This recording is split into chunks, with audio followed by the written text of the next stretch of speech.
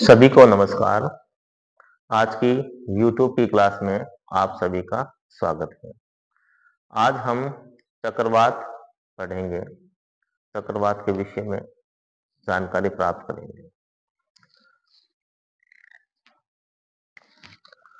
चक्रवात, साइक्लोन, ठीक है। चक्रवात जैसे शब्द से ही स्पष्ट है, चक्र और वात, ठीक है। चक्र का मतलब है जब पवने हैं किसी चक्राकार या गोल गोल जब घूमती है तो उसे हम चक्र कहते हैं। वात का मतलब ये वायु हो गई, ठीक है, यानी वायु, क्योंकि ये जो गोल शेप में है जो घूम रही है ये वायु ही है, ठीक है। तो इसका क्या है, अर्थ हो गया इसका चक्र और वात। चक्र यानी जब वायु है एक चक्र की तरह घूमती है तो उसे हम चक्रवात कहते हैं। ये तो इसके चक्रवात का अर्थ हो गया सरल भाषा में, ठीक है। अब जो चक्रवात है ये दो तरह के होते हैं, ठीक है। चक्रवात पहला है चक्रवात और दूसरा है प्रति चक्रवात। तो चक्रवात को दो भागों में बांटते हैं, चक्रवात और प्रति चक्रवात। उसके बाद जो चक्रवात है इसे दो भागों में बांटा जाता है। पहला है उष्णकटिबंधीय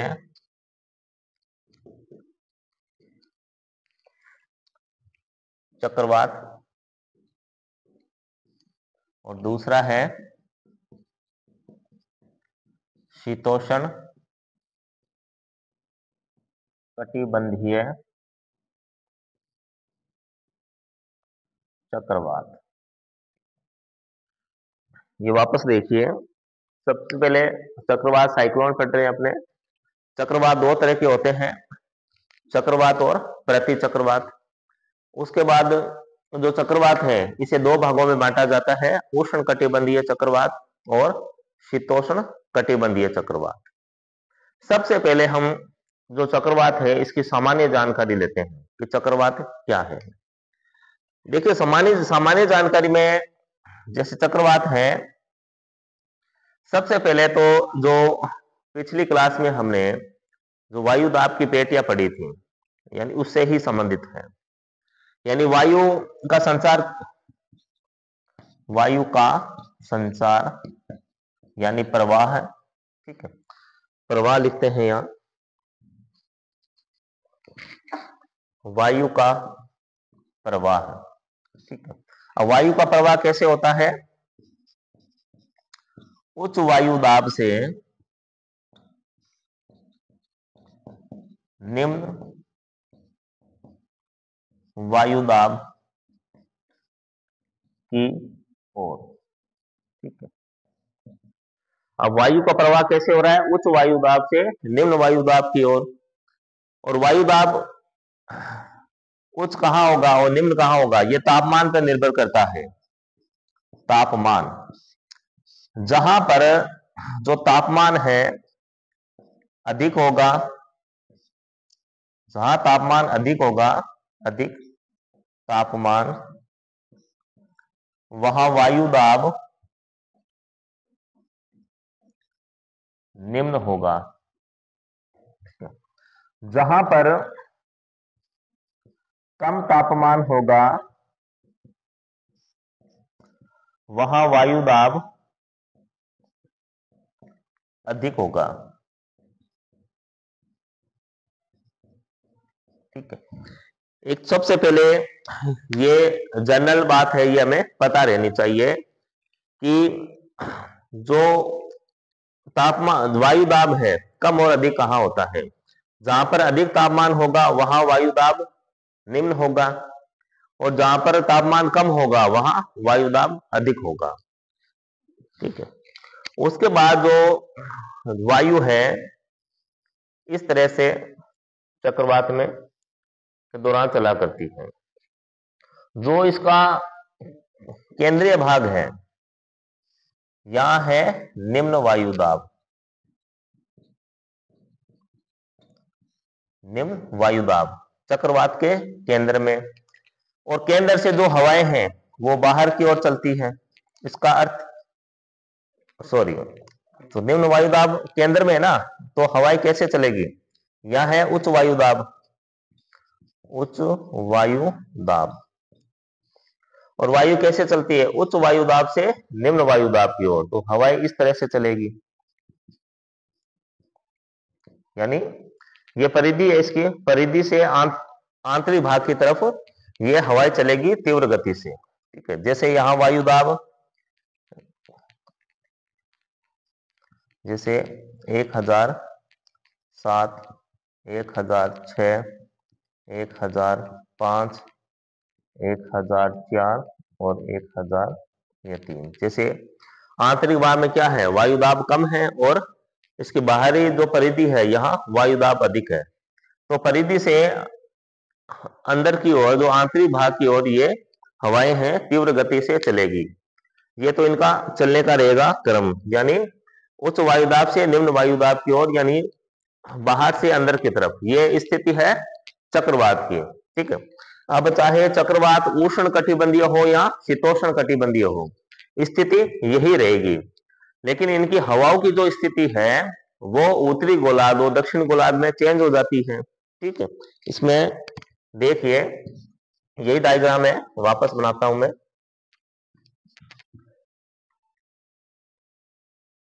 जैसे कोई चक्रवात है, मान लीजिए ये एक चक्रवात है।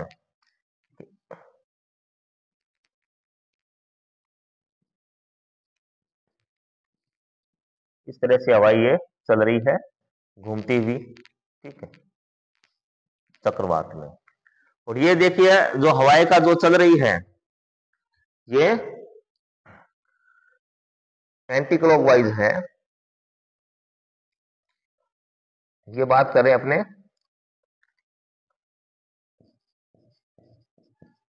उत्तरी गोलार्ध की, उत्तरी गोलार्ध की बात कर रहे हैं। उत्तरी गोलार्ध में जो हवाएं हैं चक्रवात की वो वामावर्त यानी एंटी वाइज। ठीक है, एंटी क्लॉकवाइज चलेगी। और दक्षिणी गोलार्ध में दक्षिणावर्त यानी क्लॉकवाइज जो हवाएं हैं वो चलेगी। तो ये तो क्या है? एंटी क्लॉकवाइज आएगी। ये स्थिति कहाँ है? उत्तरी गोलार्ध में।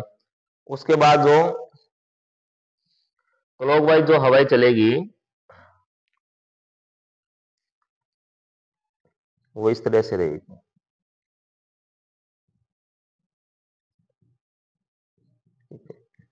ये है दक्षिण में क्लॉकवाइज। ठीक है, दक्षिणी गोलार्ध में। ठीक है, अब जो हवाएं हैं इसमें वो घूमती हुई चलती है, टर्न होती है इसमें। अब टर्न क्यों होती है हवाएं? जैसे हमने पिछले वीडियो में हमने देखा है कि जो भूमध्य रेखा है ये जैसे 0 डिग्री, कर्क रेखा, ठीक है, ये अक्षांश बना दिए हैं। ये मकर रेखा, ये अटलांटिक वृत्त। जो कोरियोलिस बल, इसमें क्या है? कोरियोलिस बल।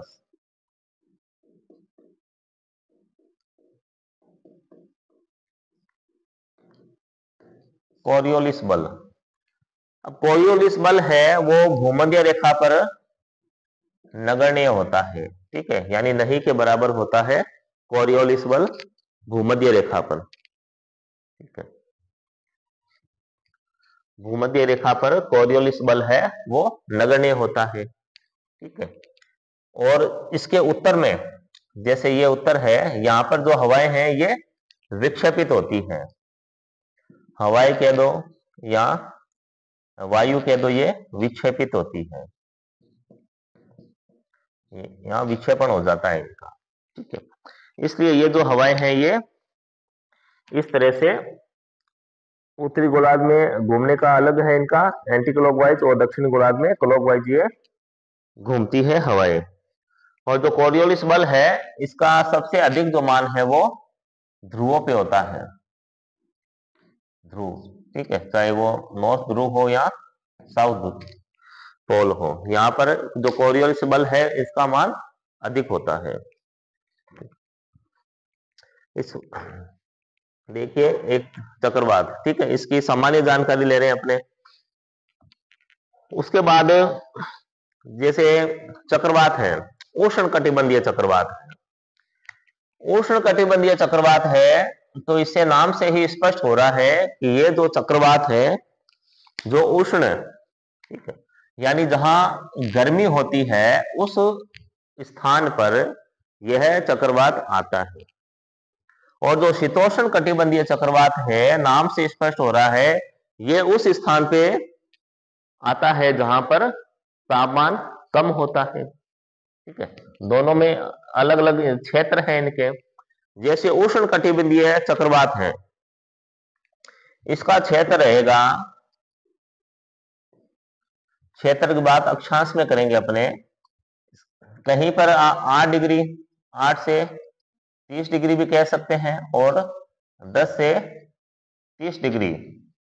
अब ये उत्तरी और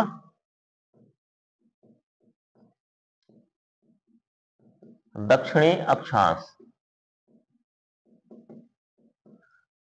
उत्तरी और दक्षिणी अक्षांश दोनों ही जगह आएंगे। ठीक है, कहीं पर 8 से डिग्री से 30 डिग्री भी मिलेगा, और कहीं से 10 डिग्री से 30 डिग्री भी मिलेगा उष्ण कटिबंधीय चक्रवात का। यानी जो भूमध्य रेखा है यहां पर चक्रवात नहीं आते हैं। ठीक है, जो भूमध्य रेखा है यहां पर चक्रवात हमें नहीं मिलेंगे। क्यों? वही कोरियोलिस बल के कारण यहाँ चक्रवात नहीं बनते हैं। ठीक है, और यहाँ पर डोलड्रम आपको पढ़ाया हुआ है, डोलड्रम की पेटी होती है, एक शांत क्षेत्र होता है यहाँ। ठीक है, हवाएं गर्म होकर ऊपर उठ जाती है। तो यहाँ क्या है, उष्ण कटिबंधीय चक्रवात का ये क्षेत्र रहेगा। उसके बाद शीतोष्ण कटिबंधीय चक्रवात है, ये 30 डिग्री से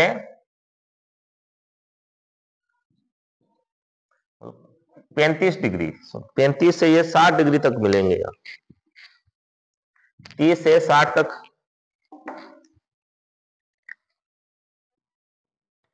30 से 60 डिग्री तक ये चक्रवात पाए जाएंगे आप उत्तरी और दक्षिणी अक्षांश में। अब जो चक्रवात है ये कहां बनेंगे? ये चक्रवात बनेंगे अपने, जो उष्ण कटिबंधीय चक्रवात है ये बनेंगे जलीय क्षेत्र में, जलीय क्षेत्र यानी महासागर। ये चक्रवात है महासागरों में बनेंगे। और महासागरों में क्यों बनेंगे? क्योंकि उष्ण यानी जो क्षेत्र जहां गर्म होगा उस जगह ये चक्रवात है वो आएंगे। तो वो चक्रवात क्यों आएंगे? क्योंकि एक तो स्थलीय भाग होता है और एक जलीय भाग होता है। दोनों का ही गर्म और ठंडा होने का अलग अलग समय होता है। जो स्थलीय भाग है वो शीघ्रता से गर्म होता है और जल्दी ही ठंडा हो जाता है, जबकि जलीय भाग है वो देर से गर्म होता है और देर से ही ठंडा होता है। इसलिए जो जलीय भाग है वहां पर समय अधिक मिल जाता है निम्न वायुदाब के लिए। क्योंकि देखिए गर्म होगा, यानी वायुदाब कैसा रहेगा, निम्न रहेगा या वायुदाब। तो यहां ये चक्रवात बनेगा जो उष्ण कटिबंधीय चक्रवात है। ठीक है, अभी जैसे ये माना 8 डिग्री से 30 डिग्री माना है अपनों ने, तो इस क्षेत्र में क्या रहेगा, व्यापारिक हवाएं भी चलेगी, व्यापारिक हवाएं। ठीक है, ये व्यापारिक हवाओं के साथ फिर तटीय क्षेत्र की तरफ गति करता है। ठीक है, तटीय क्षेत्र की तरफ गति करेगा, और जो तटीय क्षेत्र है उनको बहुत अधिक हानि पहुंचती है इन चक्रवातों के कारण। जब ये जल में होते हैं, जलीय भाग में होते हैं, तो तीव्र होते हैं, जैसे ही तट के पास ये पहुंचते हैं तो ये इनकी शक्ति है वो क्षीण हो जाती है, ये समाप्त होने लगते हैं। अब जैसे बात चली है कि जो जलीय क्षेत्र है वो गर्म होगा, तो जलीय क्षेत्र है उसका जो तापमान है कम से कम 27 डिग्री सेल्सियस या इससे अधिक होना चाहिए, यानी 27 डिग्री सेल्सियस या उससे अधिक जब तापमान होगा जलीय क्षेत्र का, तब वहां निम्न वायुदाब का एक केंद्र बनेगा और चक्रवातों की उत्पत्ति होगी। और ये जो चक्रवात है, जैसे सागरीय भाग है पश्चिम की तरफ, पश्चिम यानी जो महाद्वीप है, महाद्वीप के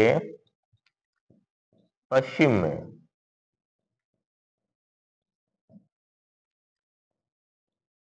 चक्रवात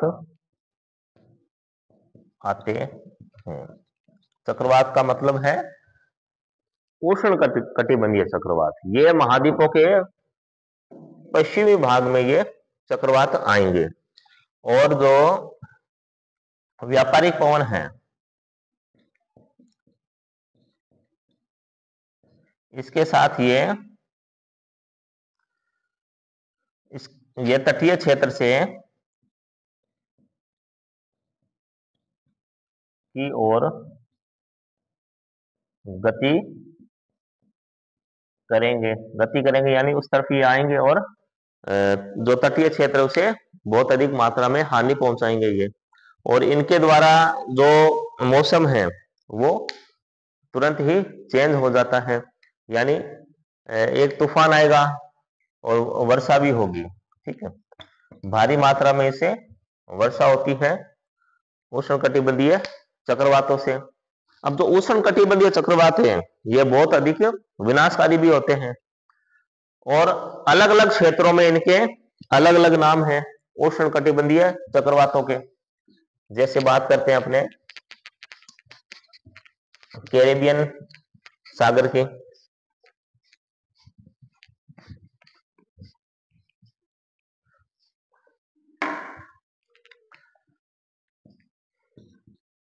कैरेबियन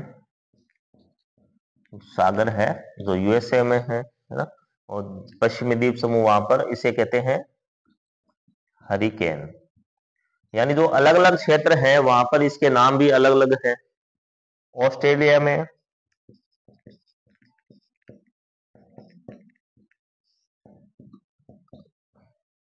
विली विली, इसे विली विली कहते हैं। भारत और बांग्लादेश में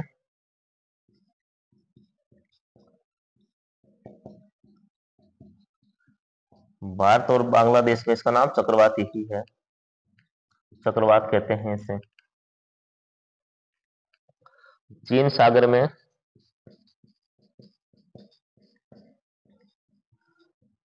टाइफून कहते हैं इसे। ठीक है, यानी अलग अलग क्षेत्रों में इसके अलग अलग नाम मिलते हैं, और काफी ज्यादा विनाशकारी और भयंकर होते हैं ये। क्योंकि जो तटीय क्षेत्र है, सबसे अधिक जो तटीय क्षेत्र है उनको ये नुकसान पहुंचाते हैं, जान और माल दोनों की ही बहुत अधिक हानि होती है उस दौरान।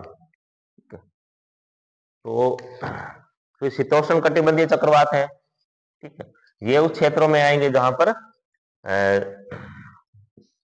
तापमान है वो कम रहता है, जैसे 30 डिग्री से 60 डिग्री अक्षांशों के मध्य, ठीक। और इनके जैसे इनका जो अक्षांश है वो, ठीक है, जैसे पछुआ हवाएं हैं, ये पछुआ हवाओं के साथ ये गति करते हुए तटीय क्षेत्रों से टकराते हैं ये, ठीक है। और तटीय क्षेत्रों पर ये कमजोर हो जाते हैं, फिर यानी स्थलीय जो क्षेत्र है वहां पर ये कमजोर हो जाते हैं और ये चक्रवात है ये समाप्त हो जाते हैं। अब जैसे प्रति चक्रवात है, तब प्रति चक्रवात के एकदम से उल्टा है। जब प्रति चक्रवात आते हैं तो किसी भी तरह की कोई वर्षा नहीं होती है, वर्षा नहीं होती, ठीक है। आकाश साफ रहता है इस दौरान, ठीक है, आकाश साफ होता है, ठीक है। तो ये जो प्रति चक्रवात है, ये चक्रवात के एकदम से उल्टा होता है ये। तो आज के लिए इतना ही, धन्यवाद।